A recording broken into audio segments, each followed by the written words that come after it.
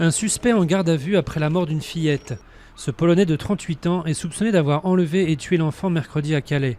Sorti de prison il y a quelques mois, il était interdit de territoire à la suite d'une condamnation pour vol en 2010.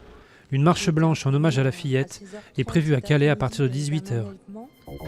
La plus grande mobilisation de travailleurs sous-payés.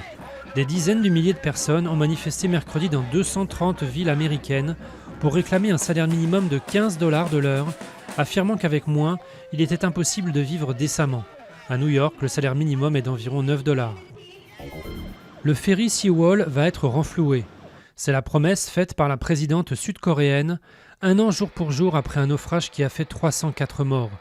Il s'agissait d'une des principales exigences des familles, qui se sont réunies devant un mémorial à Ansan, en mémoire des victimes. Le Barça trop fort pour le Paris Saint-Germain. Diminué par les absences de Verratti, Mota et Ibrahimovic, le club parisien a souffert, notamment en milieu de terrain, et s'est incliné 3-1 sur sa pelouse. Inverser la tendance dans une semaine en Catalogne sera mission quasi impossible. Un homme atterrit en mini-hélicoptère près du Capitole.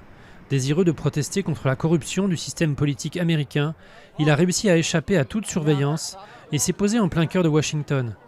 L'alerte de sécurité s'est déclenchée un peu tard dans cette zone ultra sensible.